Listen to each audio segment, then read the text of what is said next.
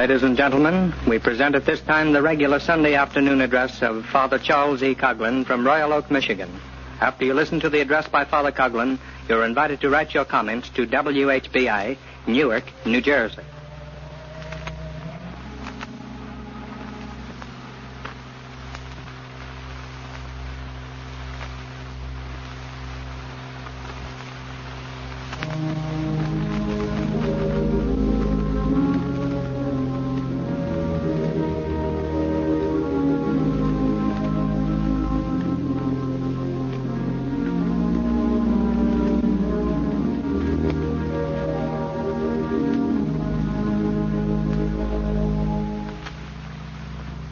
Ladies and gentlemen, once more it is my privilege to present to you Father Charles E. Coughlin from the Shrine of the Little Flower at Royal Oak, Michigan.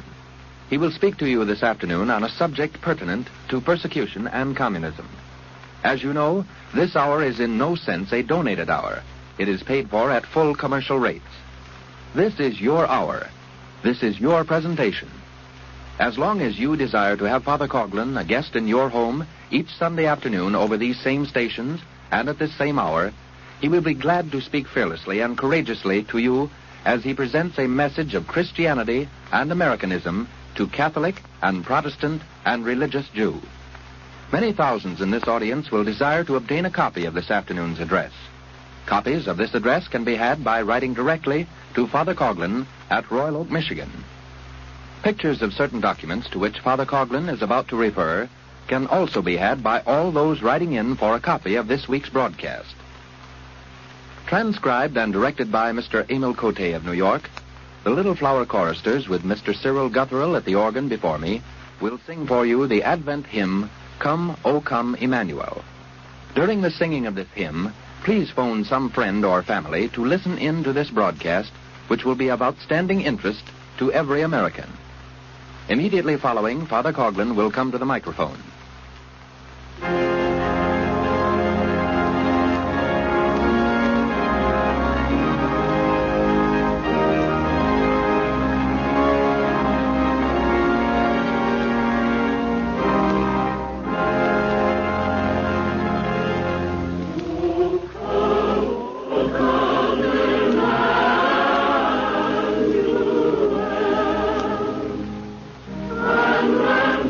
Captive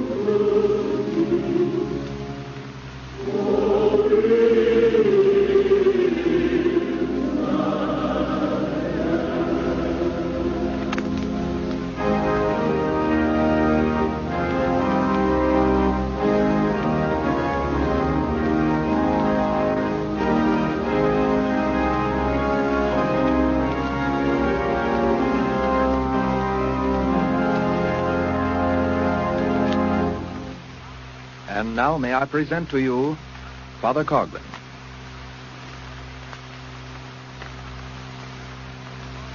Good afternoon, my friends.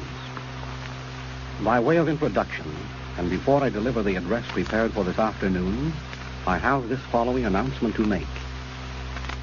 Following last Sunday's discourse, a local newspaper said, quotations, "It is obvious that Father Coughlin either does not know what the word interview means, or is giving still further evidence of his congenital inability to tell the truth," unquote.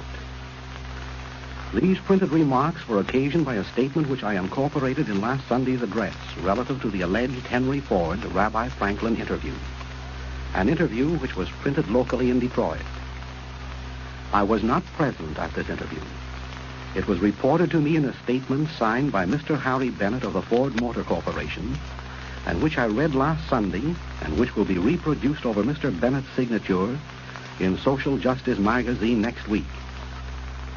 Because news reports printed last Monday tended to discredit the statement, I secured a second signed statement from Mr. Harry Bennett of the Ford Motor Corporation last Monday afternoon.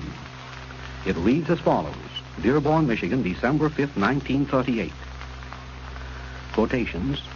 "A statement which resulted in casting reflections of an exceedingly serious nature upon the veracity of Father Coughlin appeared in the Detroit Free Press Monday, December 5th, 1938, based upon a statement which it was alleged I made. It labeled statements of Father Coughlin regarding Rabbi Franklin's recent visit to the Ford offices for the purpose of getting an expression of the Jewish situation in Germany as untrue. This is to definitely state that absolutely no interview was given in response to Rabbi Franklin's request by Mr. Ford to be printed as Mr. Ford's own statement in the press, but merely agreed with certain written expressions, and the statement given by Father Coughlin on December 4th, 1938, was an absolutely correct verbatim report of a statement having my own approval and signature, signed Harry H. Bennett, December 5th, 1938, unquote. I make this announcement to set at ease the minds of this radio audience and to let it be known that in preparing my broadcasts, I rest my assertions upon documentary evidence. Because the newspapers and news services saw fit not to publish the photostatic copies of the two original signed statements, which I handed to them last Monday afternoon following my visit to the Ford Motor Corporation, I shall have them printed in Social Justice magazine next week in order to complete the record. It is my hope that this announcement concludes a local issue as far as I am concerned. Ladies and gentlemen, last week a representative of the Jewish Community Council of Detroit sought to obtain adequate radio facilities to be used in broadcasting an official Jewish answer to my 3 previous addresses. Recognizing that this gentleman was confronted with many mechanical difficulties in obtaining a clearance of a full hour over a large group of radio stations, and upon such short notice, I conveyed to him through Mr. Leo Fitzpatrick an invitation for the General Jewish Council, a national body to which the local Jewish Council is affiliated, an invitation to use the facilities of my network on this hour and at my expense. The General Jewish Council has declined the invitation. However, over most of these stations, and at its own expense, the General Jewish Council will address this audience sometime later today. Their spokesman will not be a Jewish gentleman. He will be the Catholic attorney, Mr. Frank Hogan of Washington, District of Columbia. I wish to impress upon this audience that Mr. Hogan is speaking for the General Jewish Council, to which is affiliated all the local Jewish community councils of America. I take this opportunity to invite my audience to listen attentively to this Catholic spokesman as he pleads the case, shall I say of the Jews, or shall I say of the General Jewish Council and the local Jewish Community Council. This attorney's address, about to be delivered under the auspices of the General Jewish Council, will be better appreciated following the discourse which I am about to deliver, because I will deal pertinently with certain activities, constitutional activities, of the Jewish community councils which are related to the General Jewish Council. My friends, It is appropriate for me to re-express the thoughts which were woven in bold colors throughout the last 3 discourses. They are these. I hold no animosity towards the Jews. I distinguish most carefully between good Jews and bad Jews, as well as I do between the good Gentiles and bad Gentiles. I sincerely sympathize with the millions of humble religious Jews, both in America and elsewhere, who have been persecuted by a thoughtless world, a world which does not always distinguish between the good Jews and the bad Jews, a world which lashes at the pillar of persecution the innocent Jews for the misdemeanors of the guilty Jews. Openly and fearlessly do I admit that my main contention is with the atheistic Jew and Gentile, the communistic Jew and Gentile, who have been responsible and will continue to be responsible in great part both for the discriminations and the persecutions inflicted upon the Jews as a body. To prevent happening in America what has happened elsewhere, and to end once and for all the hostility of German Nazism towards Jews, I ask my fellow citizens not only to oppose Nazism, an effect of communism, but to fight manfully against communism itself.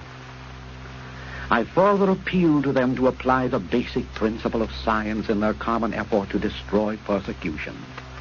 The basic principle which teaches us that in order to remove effects permanently, the causes which produce them must be removed first.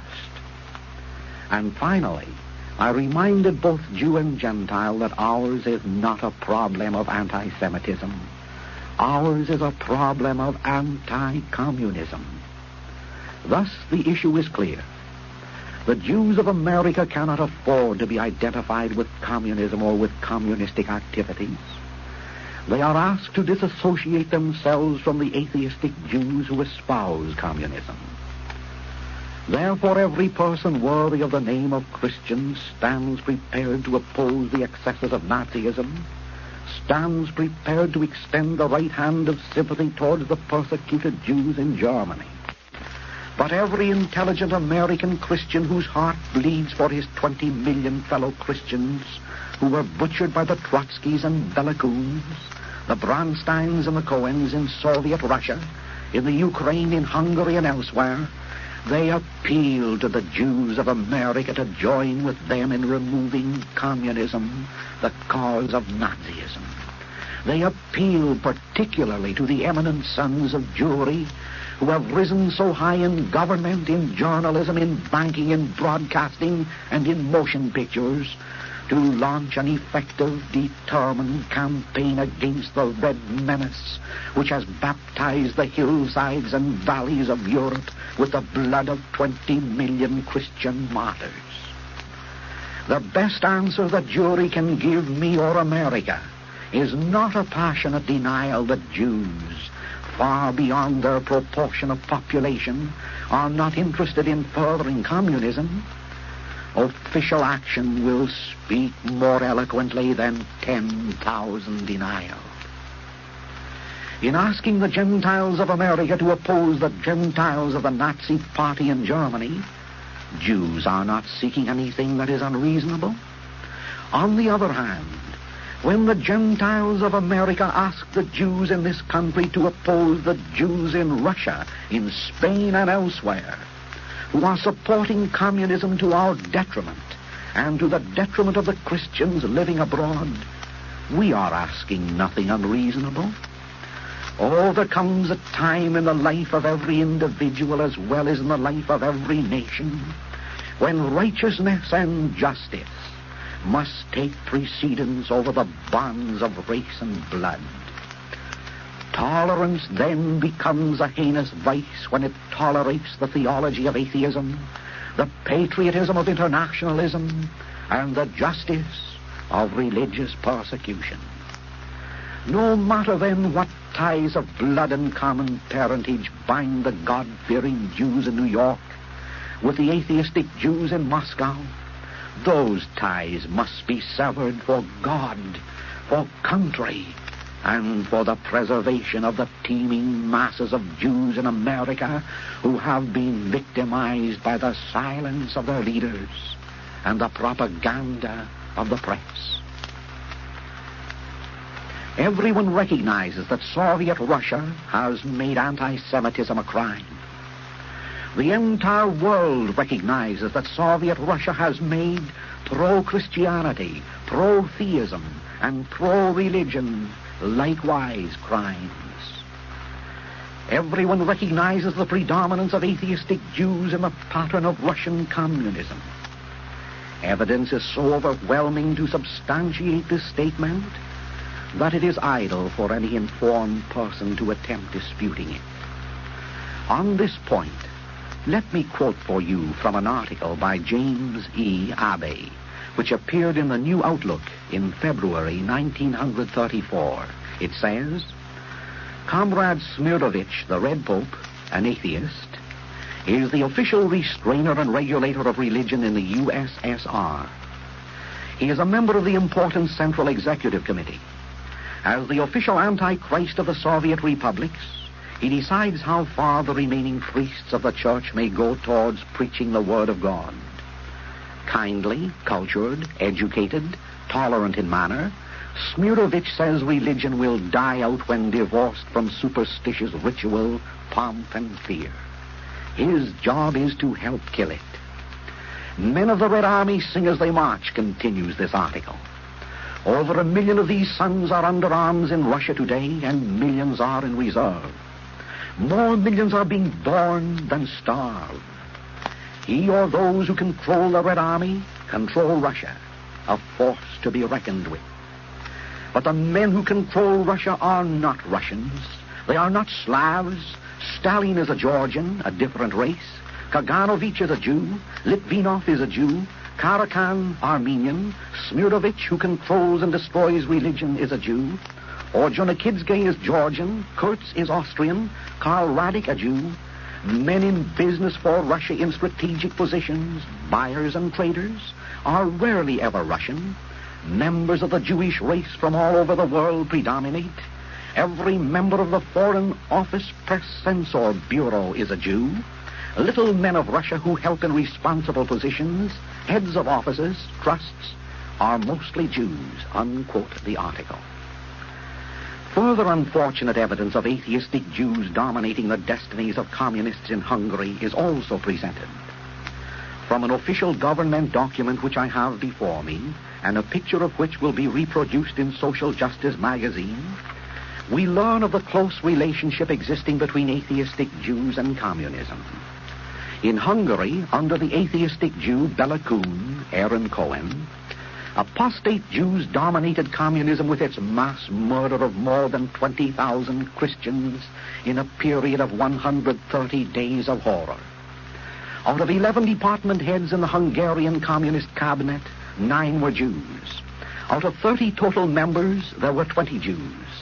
And the departments of the Interior, Finance, Education, Foreign Relations, War, Food and Supplies were 100% manned by Jews. My friends, I refer to these records for one purpose only, for it is my desire as a non-Jew to tell you, my fellow Jewish citizens, to tell you the truth, to inform you what thoughts millions of persons are entertaining. In Europe particularly, Jews in great numbers have been identified with the communist movement, with communist slaughter and Christian persecution. But which one of you will uphold the activities of these men, these Lunashevskis and Belakuns and Trotskys? None of you religious Jews who love your God, none of you intelligent Jews whose minds are too well developed to be captivated by the false philosophy of tolerance, tolerance towards atheism, tolerance towards mass murder, tolerance towards the progenitor of Nazism. Oh, the hour has struck when neither Jew nor Gentile in America can afford to be associated with communism, even through the medium of silence. I am giving voice to a sentiment which is expressed in millions of homes and in thousands of gatherings. Thus, For his collective safety, the American Jew must repudiate the atheistic Jew.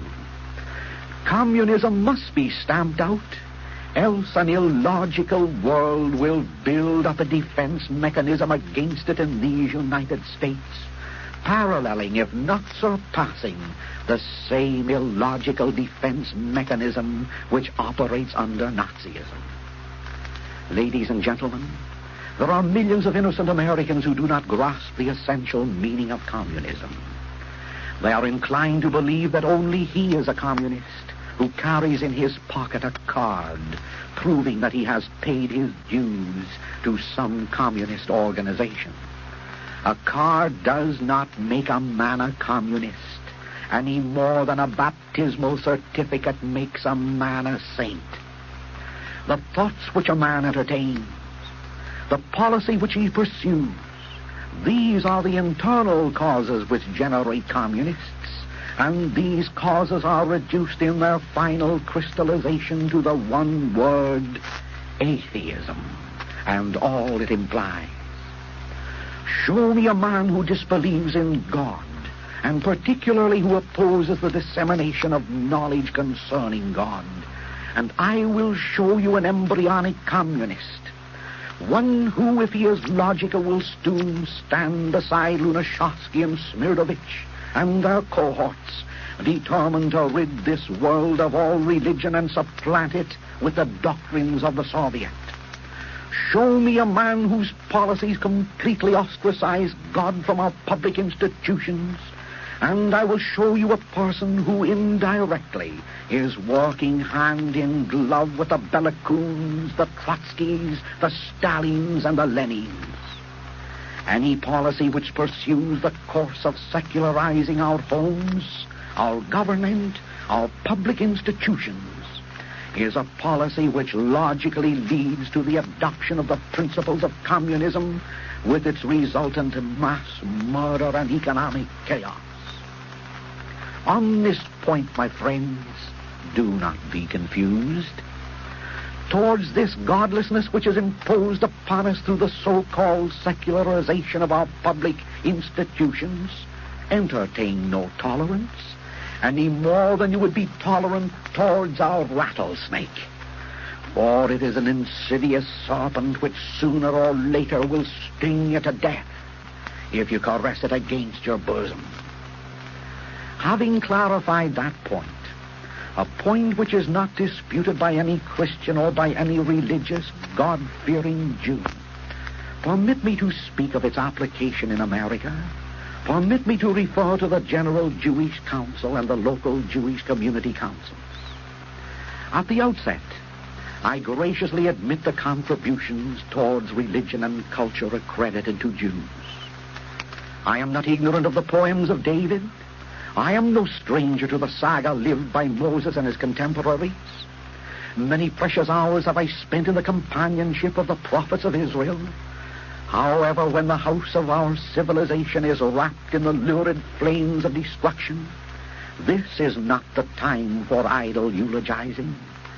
When the house is on fire, its tenants are not apt to gather in the drawing room to be thrilled by its paintings and raptured by its sculpture, its poetry, its tomes of music, or its encyclopedia of science, which are there on exhibit. When the house is on fire, as is the house of our civilization today, we dispense with gratifying our vanities and call in the fire department to save our possessions, lest they be lost in the general conflagration. All about us the angry flames of communism, of godlessness, are devouring not only the contributions which Jewry has made to our generation, but also the benedictions which our Gentile ancestors have contributed towards our well-being. Behold, Russia is a shambles, China is a battlefield, France is a social chaos, Spain is a slaughterhouse, Mexico is a spiritual volcano, and even our own United States is beclouded with a crimson smoke which chokes our progress. We are concerned, then, with extinguishing this fire before it consumes our inheritance, and before its flames of hatred unfold themselves around the millions of innocent Jews and Gentiles in a holocaust of persecution. American Jewry is also concerned with the welfare of the 3 million Jews resident in Russia. 3 million who, according to every valid report, now occupy many major places of prominence in the Soviet government, far beyond the proportion of their population. Well may American Jewry be concerned, for soon the pendulum of time will swing. Soon the 160 million Russians whose parents and relatives were massacred by the Trotskys and Lenins and Belakoons, soon they will break the shackles which bind them to poverty, to exploitation, and to slavery. What new chapter, then, will history write? God only knows. But this is certain. Russian Jewry will not be dealing with a Christian people, because the leaders of communism have robbed the Russian Christians of the doctrine of charity, Christ's doctrine. The Lunashevskys, the Litvinovs, and the commissars of the Kremlin have outlawed the Sermon on the Mount and pilloried to death the doctrine of brotherhood. Today, Stalin stands with his back against the wall, confronted by 160 million de-Christianized Russians who have been subjected to the preachments of hate, the gospel of blood, and the policy of revenge. All that is unfortunate. But blame not the forthcoming uprising in Russia upon Christians, whose churches have been closed and whose religion has been outlawed. Young Russia, new Russia, will be a barbaric Russia.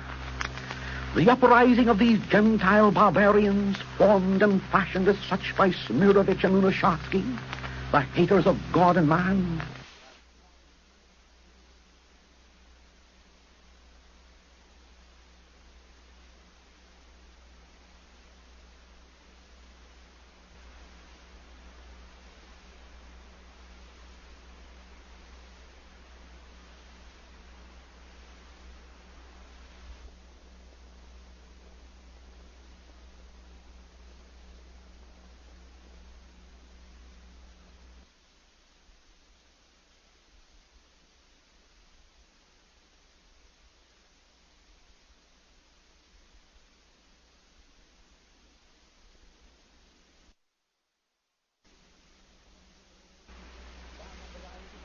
that uprising against these Jewish masters will be disastrous to the 3 million Jews, your co-nationals, my American Jews. I ask you, is it too late to come to their rescue? Is it too late to cease sending our congratulations to the murderers of Christians and destroyers of religion? Is it not opportune for you and for us, for Jew and for Christian, to demand of them a cessation of their persecution, of their godlessness, and save the lives of these 3 million and more? This afternoon, the General Jewish Council, which is the central body of the Jewish Community Councils, is about to answer my so-called anti-Semitism, which in reality is anti-communism. This General Jewish Council, which is composed of the American Jewish Committee, the American Jewish Congress, the B'nai B'rith, and the Jewish Labor Committee, and therefore to which all the local Jewish community councils are related, has chosen for its spokesman a distinguished gentleman of my own faith, a most prominent attorney, in whose veins there courses the same Irish blood which flows in mine. Nevertheless, he is the engaged spokesman of the American Jewish Council. Not to him do I address these remarks, but rather to the client whom he represents. Because I love my fellow Christians both abroad and at home, because I love my fellow Americans, be they Jew or Gentile, I will not be silent in the face of an impending disaster.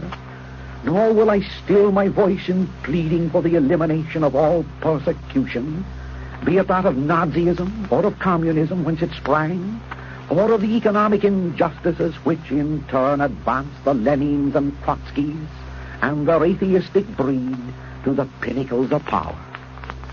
Were I an enemy of Jewry, I would be silent.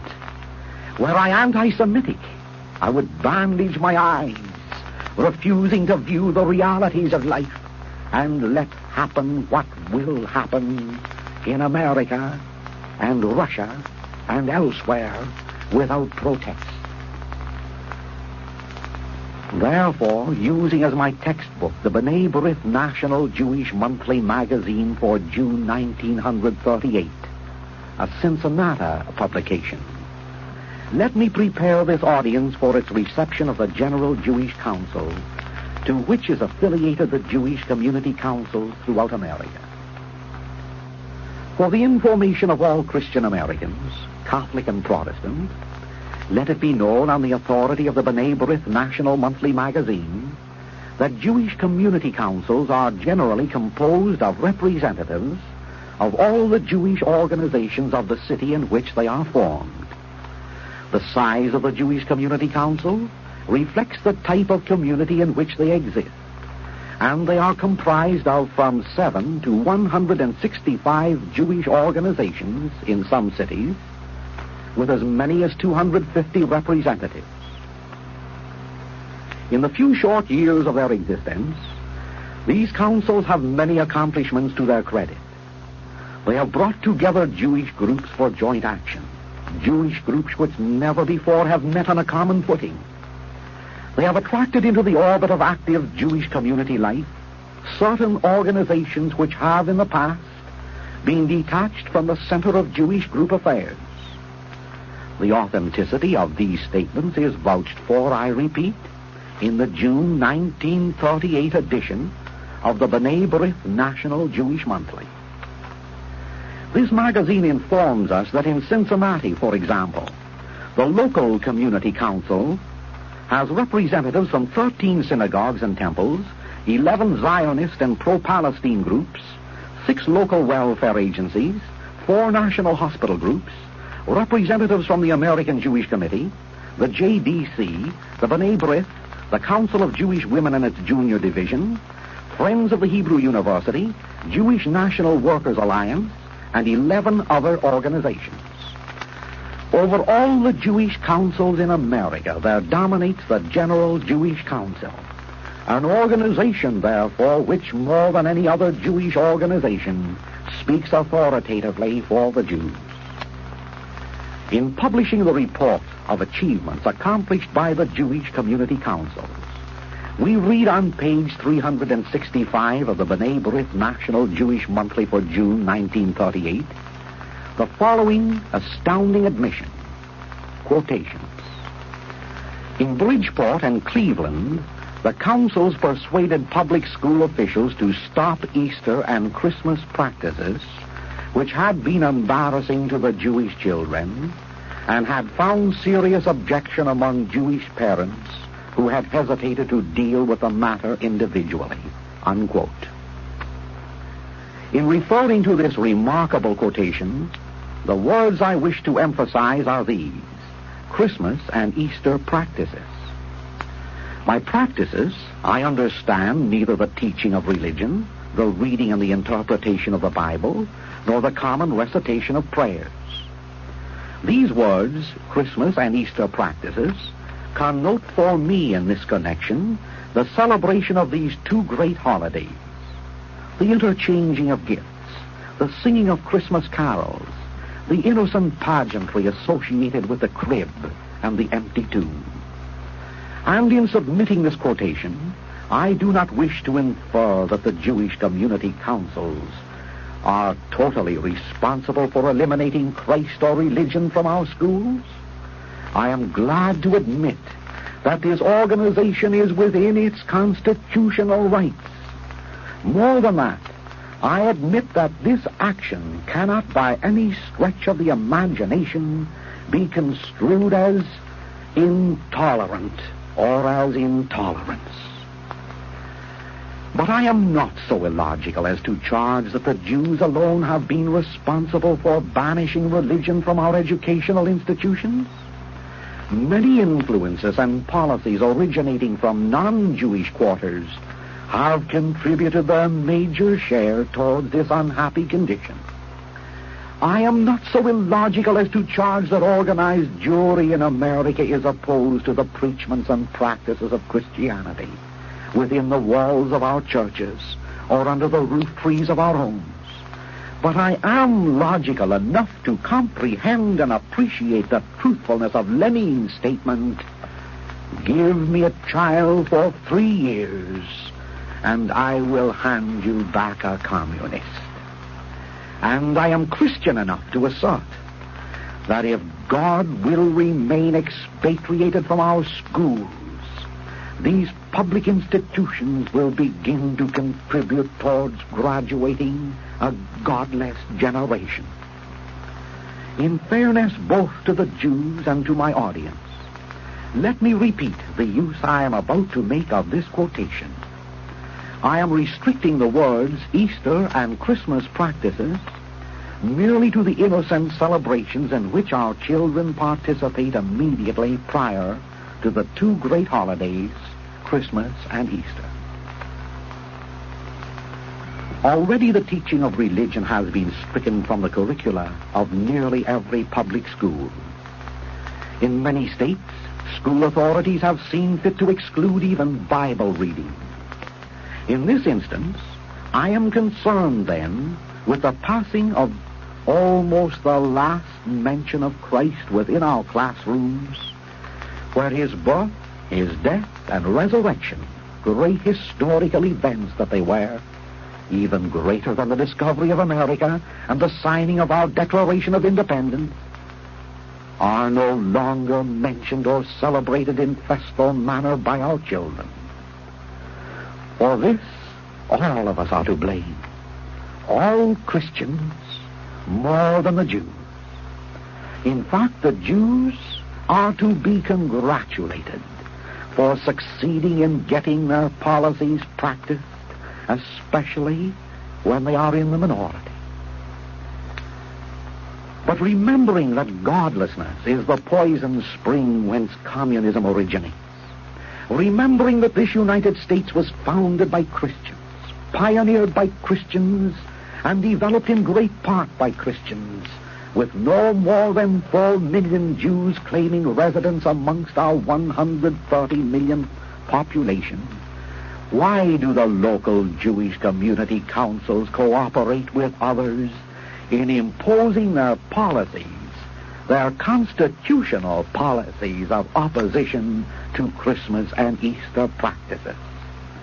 Why do they propagate that policy through the agency of law that is on their side? Why do they boast in their publications that they have sown seeds? What shall I call it? Seeds of godlessness. Were my advice of any value, I should counsel the Jews to refrain from joining with these others in adopting a program, ever so constitutional, mind you, which breeds resentment to their race. I find no fault with the Jewish councils for following out their constitutional rights. They ought to be praised for that. Perchance I find fault with them for their injudiciousness in attempting to live to the letter of the law. This action lends itself, therefore, to serious misinterpretation. It excites the spirit of intolerance amongst many citizens who misinterpret any assault against the story of Bethlehem and the tragedy of Calvary, even though it be constitutional, particularly if it comes from those who do not profess Christianity. Intolerance towards men is always reprehensible, but oftentimes intolerance is provoked by injudicious and erroneous policy. Therefore, I appeal to the General Jewish Council and to the local councils. I ask you, even though you are within your constitutional rights, even though we dare not protest legally, why have you closed the minds of our children constitutionally to the beautiful story of Bethlehem and the Messiah? Was not that an act of poor judgment? Why have you blotted out the cycle of the Easter story with its Pilate's Hall, its crucifixion and its glorious resurrection of the victim of mob violence and hate? Oh, we Christians, we have no constitutional regret. We should not even complain, because you are within your rights. You were within your rights. But I repeat, it appears that you are injudicious. Even if you Jews and Gentiles, in great number, consider that these are idle dreams and poetry, these affairs of the practices of Christmas and Easter, why not leave us with our dreams and poetry? Dreams and poetry that we learned at our mother's knee, dreams and poetry which were carried here by Columbus in a Santa Maria, dreams and poetry which were told by La Salle and Brebeuf and Lallemont to Tecumseh and the Indian children, dreams and poetry which motivated the Pilgrim Fathers to brave the elements of a hostile nature, dreams and poetry which brought the Huguenots to seek a refuge upon our shores, dreams and poetry which burned in the hearts of the Scotch Covenanters in the Virginias and Carolinas, dreams and poetry which both Catholics and Protestants regard not as dreams and poetry, but as the bread of truth and the wine of life. Oh, my fellow citizens, it was the dreams and poetry born in the crib of Bethlehem and spoken from the pulpit of the cross that made this country the land of the free and the home of the brave. Oh, how can the General Jewish Council and the Jewish community councils who are about to answer me today through the lips of a fellow religionist and with the voice of a fellow descendant of the same Irish race which suffered death and persecution, how can they be so unkind to us, to organize with their admitted preeminence in banking, in press, in cinema, and in radio, and with the law on their side, to protest against the innocent practices of Christmas and Easter time?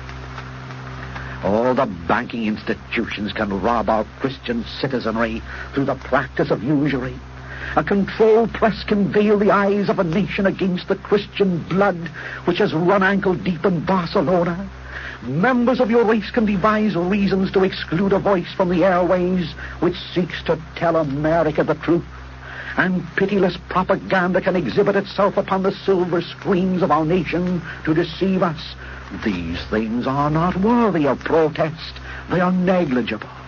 Oh, but when constitutionally and legally you tell us in your official publication of instituting a successful program, to use your own words, of persuading the public school officials to stop Easter and Christmas practices which have been embarrassing to the Jewish children, then silence on my part is not right. I should speak to you and ask you, members of the Jewish councils, to be kinder towards us and not demand the letter of the law. My fellow Jews, please understand our Christian attitude towards all this. You are a minority, a small but powerful minority, and we are a majority, an easygoing, patient majority, not always conscious of our latent power. Sometimes we are a careless majority. The saintly Pope Pius X spoke of the heroism of Blessed Joan of Arc and contrasted it with the timidity of so many Catholics, particularly in our day. He said, in our time more than ever before, the chief strength of the wicked lies in the cowardice and weakness of good men. All the strength of Satan's reign is due to the easy-going weakness of Catholics. Yes, we are a democratic people also. But in our conception of democracy, Christmas and Easter were accepted as axiomatic truths by most of those who framed our Constitution, as axiomatic as the law of gravitation, which these founders troubled not to write into the document which safeguards our rights and our liberties. But that was a mistake. That was unfortunate for us. The acceptance of these truths of Christmas and Easter, I confess, is not so general today amongst all our Christians and citizens. However, in the hearts of those who have ceased practicing religion, or who regard it as a non-essential for the well-being of our national life, in their hearts there is a resentment towards any organized group which either directly or indirectly assails the ideals characterized by their mothers. My friends, when I quote for you the evidence of a program injudiciously but constitutionally designed by a minority group to cooperate with those who are aiming to complete the de-Christianization of America, I am presenting no novel program recently conceived either by the General Jewish Council or the Jewish Community Councils themselves. That program has been in our midst long before the General Jewish Councils were ever organized. However, I ask the religious Jews of America, and I believe you are in the majority, Jews who perhaps are not aware of this policy and program, I ask them to be kindly towards us. Russian communism was motivated by a man who swore he would drag God from his false heaven. Communism over the world is identified with this godlessness, this extinction of Christ and of God from the lives of men. Whether you are aware of it or not, this regrettable policy of godlessness is indelibly stamped with the hallmark of world communism. The words which I have spoken today are reaching Cleveland and Bridgeport and practically every other city in this nation where Christmas and Easter practices have been excluded from the public schools through the self-admitted agency of cooperative, constitutional Jewish activity. And I feel that the fine, intelligent, religious Jews of America will not persist in this instance in their constitutional right. With no rancor or resentment am I unveiling these thoughts today. I am simply protesting in the name of the inarticulate millions, protesting against those Jews and Gentiles who seek through intolerance to withhold from the children of this land the tender story of the Christ child and his glorious resurrection from the dead. Jews are not intolerant. No, I cannot believe that. My friends, Christians and religious Jews, I am motivated by a desire to strike courageously at all persecution. Let us therefore join together hand in hand to strike at the cause of all persecution, irreligion, godlessness, Christlessness. Jews of America, look back down the ages to the great traditions that are yours. Sounding high from the tops of Sinai spoke your God and my God to Moses. Carried down its slopes to the wanderers in the desert came Moses with the commandments which both of us revere. God is your God. God God is my God. Why, therefore, shall you persist in your constitutional rights when we Christians revere our Christ as the second person of the most blessed Trinity? Why shall you persist? I know you will not. I know you will desist. Thus, when the spirit of Christmas is about to descend upon the entire world, I regret that I found occasion to remind this audience that the General Jewish Council responsible for disbarring not the Christian religion, not the preaching of the Bible, not the recitation of prayers, but the last vestiges of Christmas practices from our schools, that the General Jewish Council had engaged the services of a fellow Catholic to discuss my recent challenge. It was a challenge occasioned by a $400 million fine levied against 600,000 Jews, a challenge for Christians to protest against this and other Nazi persecutions of a minority people. But it is likewise the occasion for Christians to remind the Jews of their Trotskys, their Belikuns, and their Lunashatskys, and their commissars, who since 1917 until this present hour have been engaged not in levying fines against Christians, but in destroying them from the face of the earth. Consequently, I appeal to America, Jew and Gentile, to stand shoulder to shoulder against not only Nazism, but against communism whence it springs, and against godlessness and injustice which produced both of them. That is all I ask, and that is all I plead for.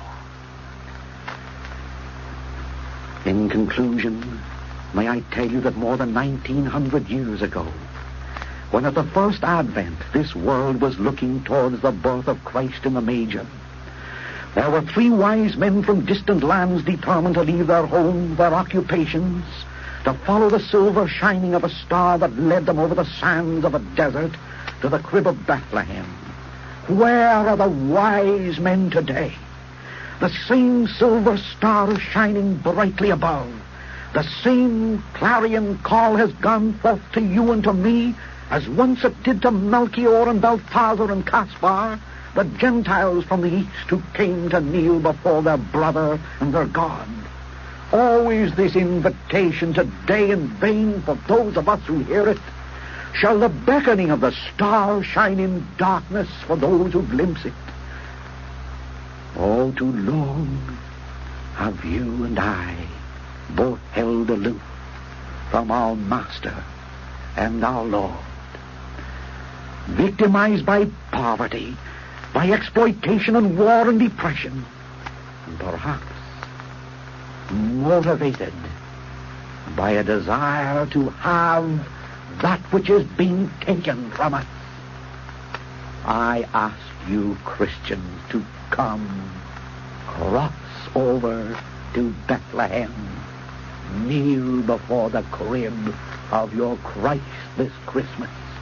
Bring him the gift of your heart that will love him, of your mind that will first know him, and of your whole soul, your whole person that will serve him and bring him back to his place of honor among the governments and nations of men.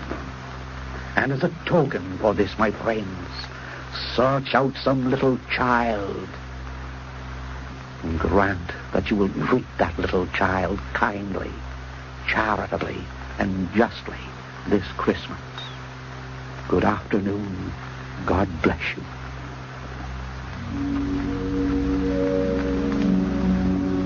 Ladies and gentlemen, you have just listened to Father Coughlin delivering one of the outstanding addresses of this year. May I repeat that you are welcome to a copy of this broadcast simply by writing a letter addressed to Father Charles E. Coughlin at Royal Oak, Michigan. Father Coughlin asks me to invite you to listen to Mr. Frank J. Hogan, whom the General Jewish Council to which is affiliated all the local Jewish community councils, engaged to be their spokesman in answering Father Coughlin. He will be heard over these stations at an hour to be announced immediately following this broadcast. Mr. Hogan's broadcast originates at station WOL, Washington, D.C. Next Sunday, Father Coughlin will resume his place before the microphone to deal further with this question of communism and persecution.